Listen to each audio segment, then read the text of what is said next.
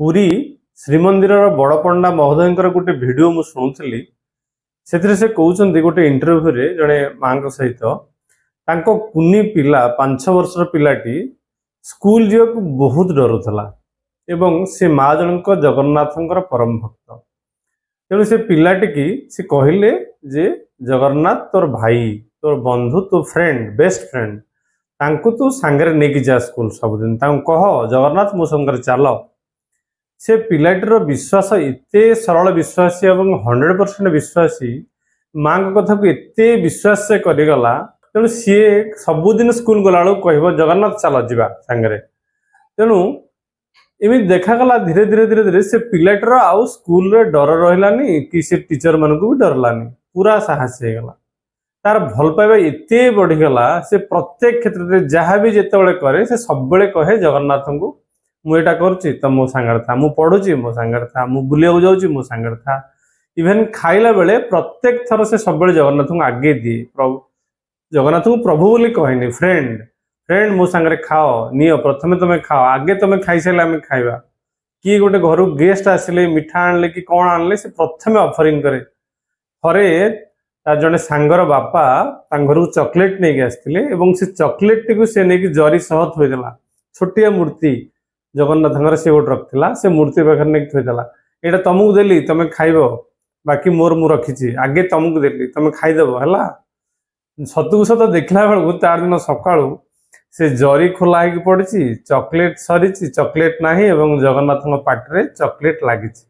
ତାର ଅର୍ଥ ଦେଖନ୍ତୁ, କୋଉ ଭାବ, କୋଉ ଭକ୍ତି, କୋଉ ଭାବ, ସେଇଟା ହଉଛି ଫିଲିଙ୍ଗସ୍, ଯୋଉଟା ସେଇଟା ହଉଛି ସବୁଠାରୁ ଗୁରୁତ୍ୱପୂର୍ଣ୍ଣ। ଯେତେବେଳେ ଧୀରେ ଧୀରେ ଆମେ ବୟସ ବଢି ବଢି ଯାଉଛି, ଆମର ସବୁଠାରୁ ବଡ ଅସୁବିଧା ହଉଛି ଆମର ମନର ବିକାଶ ଘଟୁଛି। ଯେତେବେଳେ ଆମର ମନର ବିକାଶ ଘଟୁଛି ସେତେବେଳେ ଆମେ ଭିତରେ କନଫ୍ୟୁଜନ, ଆମ ଭିତରେ ଡାଉଟ, ଆମ ଭିତରେ ଇଗୋ, ଆମ ଭିତରେ ସେଲଫିଶନେସ, ଏଗୁଡ଼ା ସବୁ ଧୀରେ ଧୀରେ ବଢି ବଢି ଯାଉଛି। ସେଇଥିପାଇଁ ମୁଁ ଦେଖିଛି ବହୁତ ଲୋକ, ବର୍ତ୍ତମାନ ତ ଆଧ୍ୟାତ୍ମିକ ଗୁରୁ ବହୁତ ସାରା ଅଛନ୍ତି ଏବଂ ପ୍ରାୟ ଯାହାକୁ ବି ଦେଖିଲେ ସେ ଜଣେ ନା ଜଣେ କୌଣସି ନା କୌଣସି ଗୁରୁଙ୍କ ଠାରୁ ଡିଭୋଟି।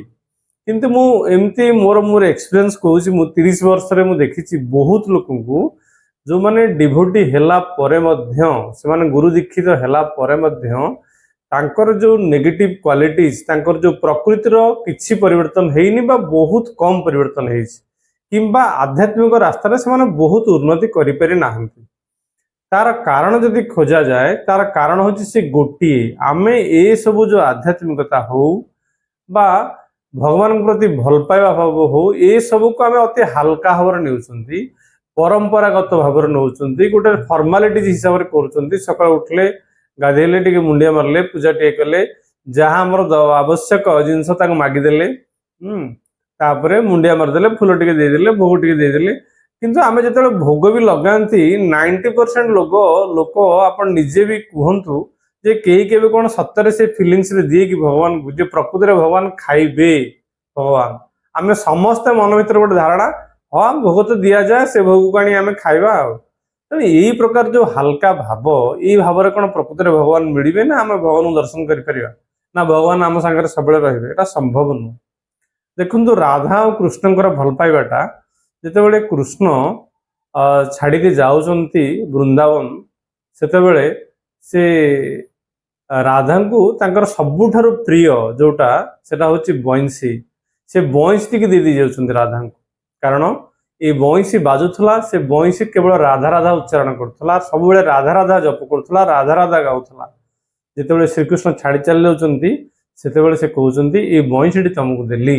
ସେ ବଇଁଶୀ ଶ୍ରୀକୃଷ୍ଣ ବୃନ୍ଦାବନ ଛାଡ଼ିକି ଯିବା ପରେ ସେ ବଇଁଶୀ ସେ କେବେ ବି ଆଉ ଧରି ନାହାନ୍ତି କି ବଜେଇ ନାହାନ୍ତି। ଏଇଟା ଭଲକି ମାର୍କ କରିବେ ଆପଣ। ଏଇଟା ହଉଛି ଭଲ ପାଇବାର ନିଦର୍ଶନ, ଭଲ ପାଇବାର ପ୍ରତୀକ। ଆଉ ସେଇଥିପାଇଁ କୃଷ୍ଣଙ୍କ ସାଙ୍ଗରେ ଦେଖନ୍ତୁ, ଲକ୍ଷ୍ମୀ ପୂଜା ପାଉନାହାନ୍ତି, ରୁକ୍ମଣୀ ପୂଜା ପାଉନାହାନ୍ତି, କିନ୍ତୁ ସବୁବେଳେ ପାଇଁ ସବୁଠାରେ କୃଷ୍ଣଙ୍କ ସହିତ ରାଧା ହିଁ ପୂଜା ପାଉଛନ୍ତି। ଏଠି ସମ୍ପର୍କର ମତଲବ କିଛି ନାହିଁ, ଏଠି ମତଲବ ହଉଛି ଭାବର। କେତେ ଗଭୀର ସେ ଭଲ ପାଇବା, ସେ କେତେ ସରଳ ଭାବରେ, ଗଭୀର ଭାବରେ, 100% ପିଓର ଲଭ୍ ଯାହାକୁ କହନ୍ତି। ସେଇଥିପାଇଁ ସବୁବେଳେ ରାଧାଙ୍କ ପାଖରେ କୃଷ୍ଣ ଆଉ କୃଷ୍ଣଙ୍କ ପାଖରେ ରାଧା। ଏମିତିକି ଥରେ ଗୋଟେ ଷ୍ଟୋରି ଅଛି ଯୋଉଠିକି କୃଷ୍ଣ ରାଧାଙ୍କୁ ଜଣେ ଗାଳି ଦେଲେ ବାରମ୍ବାର କୃଷ୍ଣଙ୍କ ଆଗରେ।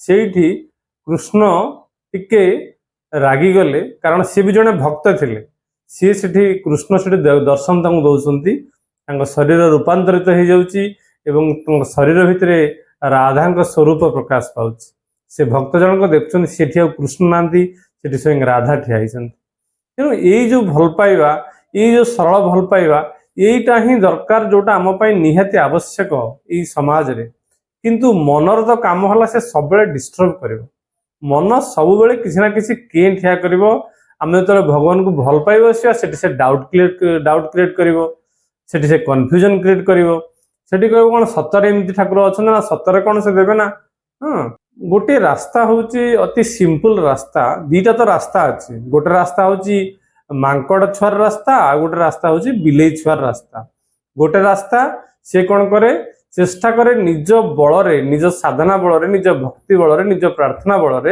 भगवान ता पाखक आसत किंतु आउ गोटे रास्ता हूँ जोटा कि अति सहज मार्ग सेटा हूँ निजको परिपूर्ण रूपे भगवान पाखरे समर्पण करदवा जेमिति कि गोटे जल बिंदुटे गोटे केनालटे गोटे नदीटे से समुद्र आड़ को धाई जाऊँ समुद्र में पड़ी से विलीन हो जाऊँ जेकोसी गोटे नदी जो ना भी बहन करू जिते जाए समुद्र से मिस जाऊँगी से नदी तार निजर अस्तित्व हर बस से परिपूर्ण रूपे समुद्र हो जाती आमे जदि प्रकृत में भगवान को भल पाऊ अति सहज मार्ग हूँ से कुनी पिलाटी परिका सबु बेले आमे अति सरल भाव में 100% प्योर लवर सहित भक्तिर सहित आमे जदि भगवान को पाखरे निजको संपूर्ण रूपे समर्पित देवा भगवान सहित मिसीजा आमे आमे ही नथिबा आमे संपूर्ण रूपे सी हो जाइथिबा हमर प्रत्येक मुहूर्त प्रत्येक कर्म प्रत्येक चिंताधारा तांको द्वारा ही परिचालित हबो जदि सेदिके आमे कनेक्टेड हे पारले ताले आमे निश्चित भाव में फील करिबा जे सी आम पाखरे सब बेले पई प्रेजेंट अछन निश्चित भाव में तांको सहायता पाइबा एवं आमे नुए सी ही आम भितर सब कार्य करि